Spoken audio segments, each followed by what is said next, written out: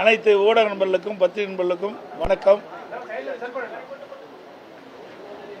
கடந்த 18/11/2025 அன்று கர்நாடக துணை முதலமைச்சர் மரியாதைக்குரிய சிவகுமார் அவர்கள் ஒரு பேட்டி அளித்திருக்கின்றார். அந்த பேட்டியில் மேகதாது அணை கட்ட முழு வீழ்ச்சியில் பணி தொடங்கப்படும், புதிய விரிவான திட்ட அறிக்கை மத்திய நீர்வள ஆணையத்திடம் சமர்ப்பிக்கப்படும், மேகதாது திட்டத்திற்கு தனியாக தலைமை அலுவலகம் கட்டப்படும், மேகதாது அணை கட்டுமிடத்திலும் அலுவலகம் அமைக்க முடிவெடுத்துள்ளோம் என பேட்டியின் வாயிலாக தெரிவித்திருக்கின்றார். இன்றைக்கு தமிழ்நாடு அரசு மெத்தன போக்காக இருக்கின்றது. மேகதாது அணை கட்டப்பட்டு விட்டால் டெல்டா மாவட்டம் பாலைவனமாகிவிடும். தமிழகத்தில் ஜீவ நதியாக இருப்பது காவிரி நதிநீர். அந்த காவிரி நதி நீரை நம்பித்தான் பல லட்சம் விவசாயிகள் வேளாண் பணியை மேற்கொண்டிருக்கின்றார்கள். தமிழ்நாட்டில் இருக்கின்ற 20 மாவட்டங்களுக்கு குடிநீர் ஆதாரமாக விளங்குவது காவிரி தண்ணீர். அப்படி இருக்கின்ற பொழுது அண்மையில் உச்சநீதிமன்றம் அளித்த தீர்ப்பின்படி இன்றைக்கு கர்நாடக அரசு இப்படி ஒரு தெளிவான திட்ட அறிக்கையை மத்திய நீர்வள ஆணையத்திடம் சமர்ப்பிப்போம் என்று தெரிவித்திருக்கின்றார்கள். உடனடியாக தமிழ்நாடு அரசு இதற்கு உரிய நடவடிக்கை எடுக்கப்பட்டு மேகதாது அணை கட்டுவதற்கு எவ்வித உரிமையும் கர்நாடக அரசுக்கு தற்போது இல்லை. ஏற்கனவே உச்சநீதிமன்றம் தீர்ப்பு வழங்கப்பட்டு விட்டது. 15 ஆண்டுகளுக்கு காவிரி நதி நீர் தடுக்கவோ திருப்பவோ மடைமாற்றம் செய்யவோ கூடாது என்றும், ஒவ்வொரு மாதம் குறிப்பிட்ட அளவு தண்ணீரை கர்நாடக அரசு தமிழ்நாட்டிற்கு வழங்க வேண்டும், கிட்டத்தட்ட ஆண்டுக்கு 177.25 டிஎம்சி தண்ணீர் தமிழ்நாட்டுக்கு வழங்க வேண்டும் என்ற தீர்ப்பு வழங்கப்பட்டிருக்கின்றது. அந்த தீர்ப்புக்கு எதிராக கர்நாடக அரசு இன்றைக்கு செயல்பட்டு கொண்டிருக்கிறது. வன்மையாக கண்டிக்கத்தக்கது. இது குறித்து முதலமைச்சர் எந்த விளக்கும் அளிக்காமல் இருப்பது வருத்தம் அளிக்கின்றது. அதோடு இன்றைக்கு திராவிட முன்னேற்ற கழகம் இந்திய கூட்டணியோடு கூட்டணி அமைக்கப்பட்டிருக்கின்றது. அதில் காங்கிரசும் இடம்பெற்றிருக்கின்றது. இந்தியா கூட்டணியில் காங்கிரசும் இடம்பெற்றிருக்கின்றது. இன்றைக்கு கர்நாடகத்திலே காங்கிரஸ் ஆட்சி நடைபெற்றுக் கொண்டிருக்கிறது. அதனால் தமிழ்நாடு முதலமைச்சர் காங்கிரஸ் கட்சியினுடைய தலைவர் கர்நாடகத்தைச் சேர்ந்தவர். காங்கிரஸ் கட்சியை சேர்ந்த முன்னாள் தலைவர் திருமதி சோனியா காந்தி அம்மா அவர்களிடத்திலும், மக்களவை தலைவர் திரு ராகுல் காந்தி அவர்களிடத்திலும் பேசி ஒரு சுமூகமான நிலையை உருவாக்கப்பட வேண்டும். எப்பொழுது பார்த்தாலும் திரு ஸ்டாலின் அவர்கள் நாங்கள் இந்தியா கூட்டணியில் அங்கம் வைக்கின்றோம் என்று குறிப்பிட்டுக் கொண்டிருக்கின்றார். அப்படி இந்தியா கூட்டணியில் அங்கம் வைக்கின்ற திராவிட முன்னேற்ற கழகம், அதிலே காங்கிரஸ் கட்சியும் இடம்பெற்றிருக்கின்றது. காங்கிரஸ் கட்சி தான் இன்றைக்கு கர்நாடகத்தில் ஆண்டு கொண்டிருக்கின்றது. அதனால் எளிதாக இந்த பிரச்சனையை தீர்ப்பதற்கு வாய்ப்பு இருக்கின்றது. ஆகவே முதலமைச்சர் உடனடியாக இந்த காங்கிரஸ் கட்சியினுடைய தலைவரிடத்திலே தொடர்பு கொண்டு இதற்கு ஒரு நல்ல தீர்வு காண வேண்டும் என்று வலியுறுத்துகின்றேன். அப்படி தீர்வு காணப்பட்டு விட்டால், தீர்வு காணப்படாத இருந்தால் இன்றைக்கு தமிழகம் வஞ்சிக்கப்பட்டு விடும். தமிழகம் இன்றைக்கு டெல்டா மாவட்டம் பாலைவனமாக மாறிவிடும் என்பதை இந்த நேரத்தின் எச்சரிக்கையோடு அவர் கையாள வேண்டும் என்ற இந்த நேரத்தில் கேட்டுக்கொள்கின்றேன். இவ்வளோ கோவை மெட்ரோ ரயில் திட்டத்தை பற்றி இங்கே கேட்டுக்கிறீங்க. ஏற்கனவே அனைத்து இந்திய அண்ணா திராவிட முன்னேற்ற கழக ஆட்சி இருக்கின்ற பொழுதுதான் கோவை மாநகர மக்களுடைய நீண்ட நாள் கோரிக்கையை நிறைவேற்றுகின்ற விதமாக மெட்ரோ ரயில் திட்டம் நிறைவேற்றப்படும், அதிமுக ஆட்சியில் கொண்டு வரப்படும் என்ற அறிவிப்பை கொடுத்து விரிவான திட்ட அறிக்கை தயாரிக்கின்ற பணியெல்லாம் துவங்கி நடைபெற்றுக் கொண்டு வந்தது. ஆட்சி மாற்றம் ஏற்பட்டது.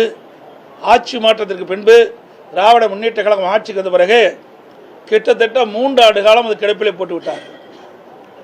2024ஆம் ஆண்டு தான் மத்திய அரசுக்கு ஒரு விரிவான திட்ட அறிக்கை அனுப்பி வைத்தார்கள். அந்த விரிவான திட்ட அறிக்கையில் பல குறைபாடுகள் இருந்த காரணத்தினாலே அதை மத்திய அரசு திருப்பி அனுப்பப்பட்டது. அதுக்கு பிறகும் அவர்கள் முழுமையான விரிவான திட்ட அறிக்கை மத்திய அரசிடம் சமர்ப்பிக்கவில்லை. 2011 மக்கள் தொகை கணக்கீட்டின்படி தமிழ்நாடு அரசு மெட்ரோ ரயில் திட்ட பணிக்கு விரிவான திட்ட அறிக்கை தயாரிக்கப்பட்டுகின்றது. இன்றைக்கு மெட்ரோ ரயில் திட்ட பணி ஒரு மாநகரத்துக்கு வர வேண்டும் என்று சொன்னால் சுமார் 20 லட்சம் மக்கள் தொகை கொண்ட மாநகரமாக இருக்க வேண்டும் என்று விதி உருவாக்கப்பட்டிருக்கின்றார்கள். ஆனால் 2011 மக்கள் தொகை கணக்கெடுப்பின்படி 15,84,000 பேர் இருப்பதாக இவர்கள் விரிவான திட்ட அறிக்கையில் குறிப்பிட்டிருக்கிறார்கள்.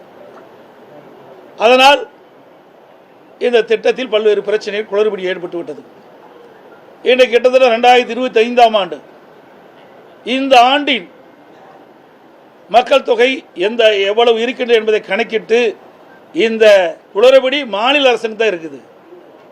ஏன்னா மாநில அரசு மத்திய அரசிடம் மெட்ரோ ரயில் திட்டத்திற்கு என்னென்ன விதிகள் இருக்கு என்பதை ஆய்வு செய்து அந்த ஆய்வின்படி இவர்கள் முறையாக விரிவான திட்ட அறிக்கை தயாரித்து அனுப்பப்பட்டிருந்தால் இந்த பிரச்சனை வந்திருக்காது. 2011வது வருஷ மக்கள் தொகை அடிப்படையில் அனுப்பி காரணத்தினால்தான் இவ்வளவு பிரச்சனை. அப்பொழுது இருந்த மக்கள் தொகை அடிப்படையில் அனுப்பிய காரணத்தினால் தற்போது மெட்ரோ ரயில் திட்டத்திற்கு 20 லட்சம் பேர் ஒரு மாநகரத்தில் வசித்தால்தான் இந்த மெட்ரோ ரயில் திட்டம் வரும் என்ற நிலை இருக்கின்ற காரணத்தினால் இந்த குளறுபடிகளால் தற்போது நிறுத்தப்பட்டிருக்கின்றது. அதே போல மதுரை மாநகராட்சியிலும் அதே நிலைதான். ஆகவே அனைத்து இந்திய அண்ணா திராவிட முன்னேற்ற கழக ஆட்சிக்கு வந்தவுடன் இந்த 2 மெட்ரோ ரயில் திட்ட பணிகளும் துவங்குவதற்குண்டான அனைத்து முயற்சியும் எடுக்கப்படும் என்பதை தெரிவித்துக் கொள்கின்றேன். அது மட்டுமல்ல, அனைத்து இந்திய அண்ணா திமுக ஆட்சி இருக்கின்ற பொழுதுதான் இந்த திட்டத்திற்கு விரிவான திட்ட அறிக்கை தயாரிக்கின்ற பணி துவங்கப்பட்டது. வேண்டுமென்றே திட்டமிட்டு அண்ணா திமுக ஆட்சியில் கொண்டு வரப்பட்ட இந்த மெட்ரோ ரயில் திட்டம், கோவையிலே கொண்டு வரப்பட்ட மெட்ரோ ரயில் திட்டத்திற்கு காலதாபம் செய்து சரியான முறையில் ஆய்வு செய்து விரிவான திட்ட அறிக்கை அனுப்பாத காரணத்தில்தான் இந்த பணி சுணக்கம் ஏற்பட்டு இன்றைக்கு மத்திய அரசிடம் இப்படிப்பட்ட பதில் வந்திருக்குது. இதுக்கு முழுக்க காரணம் மாநில அரசினுடைய கவனக்குறைவு, அலட்சியம் தான் என்பதை இந்த நேரத்தில் தெரிவிக்க விரும்புகிறேன். அதேபோல தமிழகத்தில் சட்ட ஒழுங்கு நான் ஏற்கனவே அடிக்கடி குறிப்பிட்டிருக்கிறேன். பலமுறை சொல்லியும் இந்த அரசு மெத்தன போக்கோட தான் இருக்குது. இதற்கு என்ன காரணம்? இன்றைக்கு தமிழ்நாடு அரசு ஒரு நிரந்தர டிஜிபி இதுவரைக்கும் நியமிக்க முடியல. உச்சநீதிமன்றம் அறிவுறுத்திய பிறகும் 3 வாரம் கால அவகாசம் கொடுத்தோம். இன்னும் இந்த அரசு கும்பகர்ணம் போல தூங்கிட்டு இருக்குது. தனக்கு வேண்டியப்பட்டவரை டிஜிபியாக நியமிக்க வேண்டும் என்ற ஒரே காரணத்திற்காக உச்சநீதிமன்றம் அளித்த தீர்ப்பை கூட நடைமுறைப்படுத்தாத ஒரு கைலாத அரசு இருந்து கொண்டிருக்கின்றது. ஒரு நிரந்தர டிஜிபி இல்லாத போது எப்படி சட்ட ஒழுங்கு சரியாக இருக்கும், சரியாக பராமரிக்கப்படும்? ஆகவே இந்த அரசு வேண்டுமென்றே திட்டமிட்டு தங்களுக்கு கைப்பாக இருக்கக்கூடிய ஒரு டிஜிபியை நியமிக்க வேண்டும் என்ற அடிப்படையில் தான் இந்த காலதாமம் செய்து கொண்டிருக்கிறார். இனியும் காலதாமம் செய்யாமல் ஒரு நிரந்தர டிஜிபியை நியமித்து தமிழகத்திலே சட்ட ஒழுங்கை காப்பாற்றுவதற்கான நடவடிக்கை எடுக்கப்பட வேண்டும். அண்மையில் ராமேஸ்வரத்தில் பார்த்தீங்கன்னா ஒரு பள்ளி மாணவி பட்டம் பகலில் சென்று கொண்ட பள்ளிக்கு சென்று பொழுது ஒரு இளைஞன் அந்த மாணவியை குத்தி கொலை செய்கின்றார். இது எவ்வளவு கொடூரமான செயல்! அந்த மாணவியிடம் தன்னை காதலிக்க வேண்டும் என்று வற்புறுத்தியிருக்கிறார். அந்த மாணவி அதை மறுத்தவுடன் உடனடியாக அந்த மாணவியை பட்ட மகளில் கத்தியால் குத்தி கொலை செய்கின்ற காட்சி ஒரு கொடூரமான காட்சி. இது தொடர்ந்து நடந்து கொண்டிருக்கிறது. சென்னையில் 2 நாளைக்கு முந்தி பார்த்தீங்கன்னா 2 ரவுடிகளை அடிச்சுட்டு இன்றைக்கு சண்டையிட காட்சியெல்லாம் நான் பார்த்துருக்குறோம். இப்படி ஒவ்வொரு வாரமும் நாள்தோறும் தமிழகத்தில் சட்ட ஒழுங்கு சீர்குலைகின்ற காட்சியை பார்த்துருக்கிறோம். அங்கே பாலியல் வன்கொடுமைகள், திருட்டு, கொலை, கொள்ளை நடந்த வண்ணம் இருக்கின்றது. இந்த அரச கும்பகர்ணன் போல் தூங்கி கொண்டிருக்கின்றது. மக்களுக்கு பாதுகாப்பு கொடுப்பது காவல்துறை கடமை. ஆனால் தமிழகத்தில் அப்படிப்பட்ட நிலைமை இல்லை என்ற நிலை ஏற்பட்டு விட்டது. பல முறை ஊடகத்தின் வாயிலாக, பத்திரிகையின் வாயிலாக, அறிக்கையின் வாயிலாக சட்டமன்றத்திலே இந்த அரசுக்கு கவனத்துக்கு கொண்டு வந்து கூட இந்த அரசு சரியான முறையில் அணுகாத காரணத்தினாலே சட்ட ஒழுங்கு தமிழகத்திலே சந்தி சிரித்துக் கொண்டிருக்கின்றதை நேரத்திலே தெரிவிக்க விரும்புகிறேன். பல உதாரணங்களை சொல்லலாம். அது மட்டும் இல்லை, இன்றைக்கு இப்படிப்பட்ட சம்பவம் நடந்துபட இன்றைக்கு ஒரு மாநில கட்சி பகுஜன் கட்சி அவனுடைய மாநில தலைவர் அந்த சென்னை மாநகரத்தில் மக்கள் அதிகம் வசிக்கின்ற பகுதியில் படுகொலை செய்யப்படுகிறார். அப்படி உறவினர் வந்து இதில் மாநில காவல்துறை விசாரிக்கப்பட்டால் எனக்கு நியாயம் கிடைக்காது என்று சொல்லி உயர்நீதிமன்றத்தை நாடுகிறார். அந்த உயர்நீதிமன்றம் சிபிஐ விசாரிக்க வேண்டும் என்று உத்தரவு போடுகிறது. அந்த உத்தரவை எடுத்து மாநில அரசு டெல்லிக்கு போகிறாங்க, உச்சநீதிமன்றத்துக்கு போகிறாங்க. எவ்வளோ கேவலம்! யார் விசாரித்தா என்ன, உங்களுக்கு ஏன் அது அச்சம்? ஆக இதில் ஏதோ ஒரு மர்மம் இருக்கின்றது. இதில் யாரோ ஒரு முக்கிய புள்ளி ஈடுபட்டு இருப்பதாக தான் மக்கள் சந்தேகிக்கின்றார்கள். அதே இன்றைக்கு உயர்நீதிமன்றம் போய் உயர்நீதிமன்றம் அளித்த தீர்ப்புக்கு எதிராக நீங்கள் உச்சநீதிமன்றத்தில் போய் மேல்முறையீடு செய்கிறாங்க. இப்படி ஒவ்வொரு முறையும் உயர்நீதிமன்றம் அளித்த தீர்ப்புக்கு எதிராக உச்சநீதிமன்றம் செல்லும் மேல்முறையீடு செய்கின்ற நிலை தொடர்கின்றது. இது ஒரு வெட்கக்கேடானது. யார் விசாரித்தா என்ன, உண்மை வெளியே வந்தால் போதும், குற்றவாளிகள் தண்டிக்கப்பட வேண்டும். இதுதான் யதார்த்தமான நிலை. ஆனால் இந்த அரசாங்கத்துக்கு அது கிடையாது. ஒவ்வொரு முறையும் ஒரு பிரச்சனை வருகின்ற பொழுது அந்த பிரச்சனை அடிப்படையில் உயர்நீதிமன்றத்தில் சம்பந்தப்பட்டவர்கள் நாடுகிறார்கள். உயர்நீதிமன்றம் சிபிஐ விசாரணை மேற்கொள்ள வேண்டும் என்று தீர்ப்பளிக்கிறது. அதை தீர்ப்பை எதிர்த்து மேல்முறை செய்கின்ற அரசு திமுக அரசு என்பதை இந்த நேரத்தில் தெரிவிக்க விரும்புகிறேன்.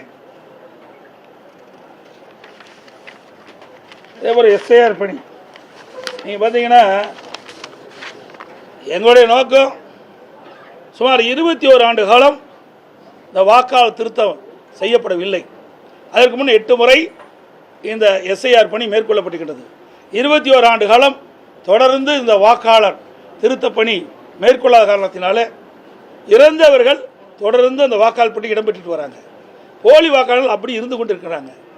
இந்த வீடு மாறி குடியேறியவர்கள், குடிபெயர்ந்தவர்கள், அவருடைய பெயர் வாக்காளர் பட்டியலில் தொடர்ந்து இடம்பெற்றுக் கொண்டிருக்கிறது. இரட்டை வாக்காளர் தொடர்ந்து இடம்பெற்றுக் கொண்டிருக்கிறது. பல முறை தேர்தல் ஆணையத்துக்கு இது குறித்து தகவல் கொடுத்தும் அவர்களால் நீக்கப்படுவதே கிடையாது. அதனால தான் நாங்கள் 2-3 மாதத்துக்கு முன்பு ஆர்கே நகரில் சுமார் 44,000 வாக்குகள் முறைகேடாக வாக்காளர் பட்டியல் இடம்பெற்றிருப்பதாக குறிப்பிட்டு உயர்நீதிமன்றத்தில் வழக்கு தொடர்ந்தோம். உயர்நீதிமன்றம் இதை விசாரித்து முறையாக வாக்காளர் பட்டியலை தயாரிக்க வேண்டும் என்று தேர்தல் ஆணையத்துக்கு உத்தரவு போட்டு சுமார் 30,000 வாக்காளர் நீக்கப்பட்டாங்க. அதுபோல் கரூரில் நீதிமன்றத்தை நாடி 10,000 வாக்காளர்கள் நீக்கப்பட்டிருக்கு. அதுபோல் டி நகரில் பல்லாயிரக்கணக்கான வாக்காளர்கள் முறையீடாக வாக்காளர் பட்டியலில் இடம்பெற்றிருக்கின்றார்கள். அதை கண்டறிந்து ஆய்வு செய்து முறையாக வாக்காளர் பட்டியலை தயாரிக்க வேண்டும் என்று நாங்கள் நீதிமன்றத்தில் வழக்கு தொடர்ந்துடன் நீதிமன்றத்தில் வழக்கு வரும்போது தேர்தல் ஆணையம் எஸ்ஐஆர் பணி தொடர்ந்து இருக்கின்றது, அந்த பணி துவங்கின்ற பொழுது இதை நாங்கள் குறிப்பிடுகிறோம். ஆகவே நீங்கள் கொடுக்கப்பட்ட அந்த புகாரின் அடிப்படையில் யாரெல்லாம் இறந்தவர்கள், இரட்டை வாக்காளர்கள், குடியிருந்தவர்கள் வேறு இடத்திற்கு மாறு செய்திருந்தால் அவர்களெல்லாம் நாங்கள் பட்டியலிட்டு தெளிவாக ஆதாரத்தோடு கொடுத்துருக்கிறோம். அதையெல்லாம் கண்டறிந்து உண்மை இருந்தால் அவர்களுக்கு நடவடிக்கை எடுப்போம், அந்த வாக்காளர் பட்டியலை நீக்குவோம் என்று சொன்னாங்க. இப்போ அந்த பணியில் நடந்துக்கிட்டு இருக்குது. உதாரணத்துக்கு நாங்கள் சொல்ல வேணும்னா, நீங்கள் பார்த்தீங்கன்னா தாம்பரம் சட்டமன்ற தொகுதி பாகம் எண் 1 காயத்ரி நகர் 3வது தெரு, அதில் கதவு எண் 1, அதில் சுமார் 320 வாக்குகள் ஒரே வீட்டில் இருக்குது. இந்த வாக்காளர் பட்டியலில் அப்படி இடம்பெற்றிருக்குது. பாகம் எண் 117, தாம்பரம் சட்டமன்ற தொகுதி பாகம் எண் 115, பாகம் எண் 115 காயத்ரி நகர் 3வது தெரு கதவு எண் 1, அதில் 360 வாக்குகள் ஒரு வீட்டில் இடம்பெற்றிருக்குது. பாக எண் 117 அதே தாம்பரம் சட்டமன்ற தொகுதியில் பாக எண் 117 ரோஜா தோட்டம் 2வது தெரு கதவு எண் 1 150 வாக்குகள் இருக்குது. ரெண்டுலையுமே பார்த்தீங்கன்னா 510 வாக்குகள் இரண்டே வீட்டில் இருக்குது. இதையெல்லாம் களைய வேண்டும். ஒரு உண்மையான நேர்மையான வாக்காளர்கள் வாக்காளர் பட்டியல் இடம்பெற வேண்டும் என்ற அடிப்படையில் தான் இந்த எஸ்ஐஆர் பணியை நாங்கள் ஆதரிக்கிறோம். அது மட்டுமல்ல, இந்த எஸ்ஐஆர் பணி மேற்கொள்கின்ற பொழுது ஆளுங்கட்சியை சேர்ந்த அழுத்தம் கொடுத்து சில மாவட்ட ஆட்சித்தலைவர்களும் சென்னை மாநகராட்சி ஆணையாளர் அவர்களும் முறையாக இந்த பணியை மேற்கொள்ளவில்லை. இன்றைக்கு சென்னை மாநகராட்சி பொறுத்த வரைக்கும் அங்கே இருக்கிற மாநகராட்சி கவுன்சில் இடத்திலேயே கட்டுக்கட்டாக இந்த படிவத்தை வாக்காளர் சேர்க்கப்படுகின்ற படிவத்தை வழங்கிடுறாங்க. அதை எப்போ நேர்மையாக அந்த வாக்காளர் சேர்க்க முடியும்? அங்கே நேர்மையை எப்படி இந்த எஸ்ஐஆர் பணி மேற்கொள்ள முடியும்? இந்த பணி மேற்கொள்வதே போலி வாக்காளர் நீக்க வேண்டும், இரட்டை வாக்காளர் நீக்க வேண்டும், இறந்தவர்களை நீக்க வேண்டும், குடிபெயர்ந்தவர்களை நீக்க வேண்டும். அதுக்காகத்தான் ஒரு சரியான வாக்காளர் பட்டியலை இன்றைக்கு தேர்தல் ஆணையம் இன்றைக்கு வாக்காளர் பட்டியலை தயாரிக்க வேண்டும் என்ற அடிப்படையில் தான் இதை மேற்கொள்கிறாங்க. மீண்டும் இப்படிப்பட்ட ஒரு குளறுபடி நடக்குது. இதுக்கு அங்கே இருக்கிற ஆணையாளரே பின்னிருந்து செயல்படுறார். இது வெட்கக்கேடானது. இது குறித்து தான் நேற்றைய தினம் அனைத்து இந்திய அண்ணா 20ஆம் தேதி அனைத்து இந்திய அண்ணா திராவிட முன்னேற்ற கழகத்தின் சார்பாக சென்னை மாநகராட்சியில் இப்படிப்பட்ட குளறுபடி இருக்கின்றது, இனியாவது திருந்தி உண்மையான வாக்காளர்களை நேரிலே சந்தித்து வாக்காளர் படிவத்தை கொடுத்து அதை பூர்த்தி செய்து வாங்கி இந்த உண்மையான வாக்காளர் பட்டியல் தயாரிக்க வேண்டும் என்று நாங்கள் ஒரு போராட்டத்தை நேற்று நடத்தியிருக்கிறாங்க. காஞ்சிபுரத்திலையும் நடத்தியிருக்கிறாங்க. பல இடத்துல நடக்க வேண்டிய சூழ்நிலைக்கு தள்ளப்பட்டுக்கிறோம். இதை ஆளுங்கட்சியை சேர்ந்த அதிகாரத்தில் இருக்கின்றவர்கள் அவருடைய அதிகாரத்தை பயன்படுத்தி இப்படி எஸ்ஏஆர் பணி முழுமையாக நடைபெறக்கூடாது என்ற ஒரு அடிப்படையில் செயல்பட்டு வன்மையாக கண்டிக்கத்தக்கது. தேர்தல் ஆணையம் விழிப்போடு இருந்து இதற்கு உரிய நடவடிக்கை எடுக்கப்பட வேண்டும் என்று வலியுறுத்துகின்றேன். நிறைய இடங்கள்ல ஃபார்மே போய் சென்றடையில கால அவகாசமே முடிய போகுது. இப்போ இதற்கு அதிமுக என்ன மாதிரியான நடவடிக்கை? நாங்கள் நேற்று தினம் போராட்டம் நடத்தணும். இதுக்கு உரியவர்கள் யார்? அங்கே எங்கே மாவட்டம்னா மாவட்ட ஆட்சித்தலைவர், அந்தந்த மாநகராட்சினா அந்த ஆணையாளர், இவர்கள் தேர்தல் ஆணையத்தினுடைய அறிவுறுத்தப்படி இவர்கள் முறையாக செயல்பட வேண்டும். அதை வலியுறுத்தி தான் நேற்று சென்னை மாநகராட்சியில் போராட்டம் நடத்தினோம், காஞ்சிபுரத்தில் போராட்டம் நடத்தினோம். இப்படி பல இடத்துல இந்த தேர்தல் ஆணையம் முறையாக செயல்படுவதற்கு உண்டான நடவடிக்கை எடுக்கப்பட வேண்டும். இன்றைக்கு மாநில அரசு இன்றைக்கு ஆட்சி அதிகாரத்தில் இருக்கின்றவர்கள் அந்த அதிகாரிகளை மிரட்டி சரியான முறையில் எஸ்ஆர் பணி நடைபெறாத ஒரு தடுக்கின்ற காட்சி தமிழகத்தில் இருக்கின்றது. இதை தடுத்து நிறுத்தி தேர்தல் ஆணையம் விழிப்போடு இருந்து செயல்பட்டு உண்மையான வாக்காளர் பற்றி இடம்பெற செய்ய வேண்டும் என்பதால் எங்களுடைய கருத்து. பல கட்சிகள் நெல் ஈரப்பத அளவு உயர்த்தணும்னு கோரிக்கை வச்சிருந்தீங்க, ஆனால் அது மத்திய அரசு இப்போ நிராகரிச்சிருக்கு. அளவில் முறை, அதாவது இன்னும் எனக்கு முழு விவரம் தெரியாத நான் பதில் சொல்ல முடியாது. ஏன்னா என்ன காரணத்தை காட்டி இவர்கள் நிராகரித்தால் என்ற விளக்கம் இதுவரைக்கும் அறிவிக்கல. ஒரு நிராகரிக்கிறார் என்று சொன்னால் அதுக்கு சில காரணங்கள் இருக்கும். அந்த காரணங்கள் வெளிப்படலையே, அது வெளியில் வந்தால் தான் அதுக்கு நான் கருத்து சொல்ல முடியும். எங்களை பொறுத்த வரைக்கும் நாங்கள் ஏற்கனவே நான் தொலைக்காட்சியின் வாயிலாக வலியுறுத்தி சொல்லியிருக்கின்றேன், ஊடகத்தின் வாயிலாக வலியுறுத்தி சொல்லியிருக்கின்றேன். ஆகவே பாதிக்கப்பட்ட விவசாயிகளுக்கு நிவாரணம் வழங்கப்பட வேண்டும். தொடர் மழையின் காரணமாக நெல்மணிகள்லாம் நனைந்து ஈரம் ஏற்பட்டிருக்கிறது. இதையெல்லாம் கணக்கிட்டு மத்திய அரசோட நடவடிக்கை எடுக்க வேண்டும் என்று நான் ஏற்கனவே வலியுறுத்தினேன். ஆனால் இந்த அரசாங்கம் மழை வரும்னு நல்லா தெரியும். இந்திய வானிலை மையம் தெளிவாக சொல்லியிருந்தது. உடனே என்ன பண்ணியிருக்கணும்? வேகமாக துரிதமாக விவசாயிகள் அறுவடை செய்து கொண்டு வரப்பட்ட நெல் மூட்டைகளை உடனுக்குடன் இவர்கள் கொள்முதல் செய்யப்பட்டிருந்தால் விவசாயிகள் இந்த பாதிக்கப்பட்டிருப்பாங்க. இன்றைக்கி 15 நாள் கொள்முதலை நிறுத்திட்டாங்க.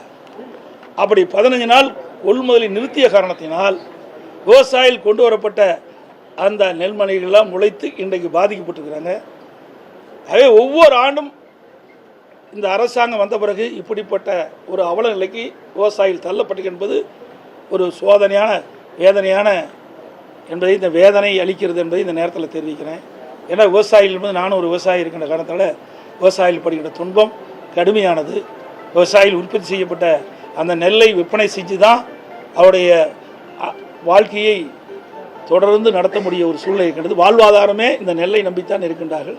ஆகவே இந்த மத்திய அரசு மீண்டும் பரிசீலிக்க வேண்டும். இது எந்த அடிப்படையில் நிராகரித்தார் என்ற விளக்கம் எங்களுக்கு கிடைக்கவில்லை. அந்த விளக்கம் கிடைச்சபோது தெளிவாக நான் குறிப்பிட்டேன். எஸ்ஐஆர் பொறுத்தவரை பணிச்சுமை அப்படின்னு சொல்லி அந்த பணியில் ஈடுபட்டிருக்க அங்கன்வாடி முதல் கொண்டு அந்த வருவாய்த்துறையினர் போராட்டத்தில் ஈடுபடுறாங்க, புறக்கணிப்பு பணியில ஈடுபடுறாங்க. சொல்றது கேளுங்க, பணி யார் மேற்கொள்வது? நீங்கள் நான் மேற்கொள்ள முடியும். அதாவது எஸ்ஐஆர் பணி என்பது யார் மேற்கொள்வது? யாரோ ஒருத்தர் மேற்கொண்டு தான் ஆகணும். இந்த பணி யார் செய்வது? இந்தியா முழுவதும் நடக்குது, நம்ம தமிழ்நாட்டு மட்டும் நடக்குதுல, பல மாநிலத்தில் நடக்குது. இதுக்கு சம்பந்தப்பட்ட அலுவலர்களை வைத்து தான் எஸ்ஐஆர் பணி மேற்கொள்ள முடியும். இது தனியாக ஒரு ஏஜென்சி வைக்க முடியாது. ஆக அந்த அரசு அலுவலர்கள் அர்ப்பணிப்புணர்வோடு செயல்படணும். எங்கள் நாட்டுக்கு சுதந்திரம் வாங்குறதுல எவ்வளோ தன்னை உயிரெல்லாம் பொருட்படுத்த நாட்டுக்கு சுதந்திரம் வாங்கி கொடுத்தாங்க. ஏங்க இந்த வாக்காளர் பட்டியல் தயாரிக்கிறது கூட ஒருத்தர் வந்து முன் வரலைன்னா அப்புறம் நாடு எப்படிங்க வளரும்? அதாவது இதை அவர்களை விட்டால் சுதந்திரமாக விட்டால் அவர்கள் செயல்படுவாங்க. புரியுதுங்களா? அவர்களை சுதந்திரமாக செயல்பட விட்டால் அரசு அலுவலர்கள் இந்த பிஎல்ஓ அவர்கள் சரியான முறையிலே செயல்படுவதற்கு தயாராக இருக்கிறாங்க. ஆனால் அரசாங்கத்தினுடைய அழுத்தத்தின் காரணமாக இப்படிப்பட்ட நிலைமையெல்லாம் அவர்களுக்கு ஏற்படுகின்றது. அதிமுகவில் நவீன தீண்டாமை கடைபிடிக்கப்படுறதா? இப்ப சமீபத்தில் அரூர்ல ஒரு சம்பவம் நடந்தது.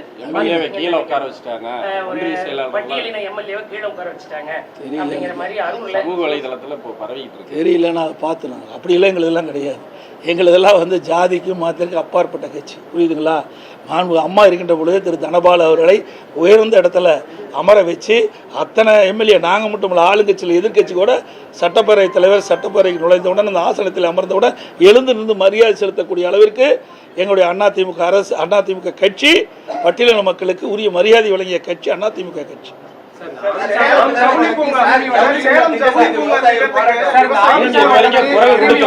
ஜவுளி பூங்கா திட்டம் வந்து சாயப்பட்டறை அமைக்கிறாங்க, அதுக்கு இன்னும் எதிர்கட்சி தலைவர். அதாவது ஏற்கனவே இந்த ஜவுளி பூங்கா அமைப்பதற்கு அதிமுக ஆட்சி இருக்கின்ற பொழுது நம்ம ஸ்டீல் பிளான்ட்ல ஒரு குறிப்பிட்ட நிலம் கையகப்படுத்துவதற்கு நாங்கள் முயற்சி செஞ்சோம். அங்கேயே அது மட்டும் இல்லை, இந்த இராணுவத்திற்கு தேவையான உதிரி பாகங்கள் தயாரிப்பதற்கு அங்கேயும் நிலம் கையப்படுத்துறதுக்கு இரண்டுக்கு சேர்ந்து நாங்கள் வந்து முயற்சி செஞ்சோம். மத்திய அரசுக்கு எழுதி அனுப்பிச்சோம். சுமார் 1500 ஏக்கர் இந்த ஸ்டீல் பிளான்ட்டுக்கு உள்ளே இருக்கின்ற நிலம் காலியாக இருக்கின்றது, பயன்படுத்தாமல் இருக்கின்றது. அந்த நிலத்தை இந்த 2 திட்டங்களுக்கு வழங்க வேண்டும் என்று மத்திய அரசுக்கு மாநில அரசு கடிதம் மூலமாக எழுதப்பட்டது. மத்திய அரசு ஒத்துக்கொண்டது. அதுக்குண்டான ஏற்கனவே அவர்கள் வந்து அந்த கைட்லைன் படி தான் பணம் கட்டி தான் பணம் செலுத்தி தான் அந்த ஸ்டீல் பிளான்ட்டுக்கு தேவை நிலத்தை கையகப்படுத்தினாங்க. அப்பொழுது மத்திய அரசு சொல்லிச்சு, மத்திய அரசு குறிப்பிட்டாங்க, நீங்கள் கைட்லைன் படி நீங்கள் அந்த 1500 ஏக்கருக்கு நீங்கள் பணம் செலுத்தப்பட்டால் இதை தமிழ்நாடு அரசுக்கு மாற்றி வழங்குமென்னு சொன்னாங்க. ஆனால் இந்த அரசு கிடப்பில் போட்டுது. இப்போ அங்கே வந்து அந்த பிரச்சனையும் வந்திருக்காது.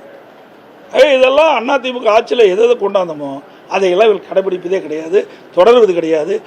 விவசாயிகள் பாதிக்காத அளவிற்கு இந்த திட்டத்தை நிறைவேற்றணும். அதுதான் நான் ஸ்டீல் பிளான்லேயே ஏற்கனவே 500 ஏக்கர் இடத்தை எடுப்பதற்கு அதிமுக ஆட்சிக்கிட்ட முயற்சி செஞ்சது. மத்திய அரசு இசைவு கொடுத்தது, அந்த ஸ்டீல் பிளான்லாம் நாங்கள் கொடுக்கணும். ஆனால் இவர்கள் அதை கண்டுகொள்ளவில்லை. அதனால் விவசாயிகள் இன்னைக்கு போராட்டம் நடத்திட்டு இருக்காங்க. இதுதான் உச்சநீதிமன்றமே தீர்ப்பு கொடுத்துட்டு, நீ நானும் பேசி என்ன பிரயோஜனம்? சொல்றதை கேளு. உச்சநீதிமன்றம் தீர்ப்பு கொடுத்துட்டது, அதுக்கு பிறகு நீ நானும் பேசி பிரயோஜனம் கிடையாது. அதனால இந்த பயணம் இல்லை.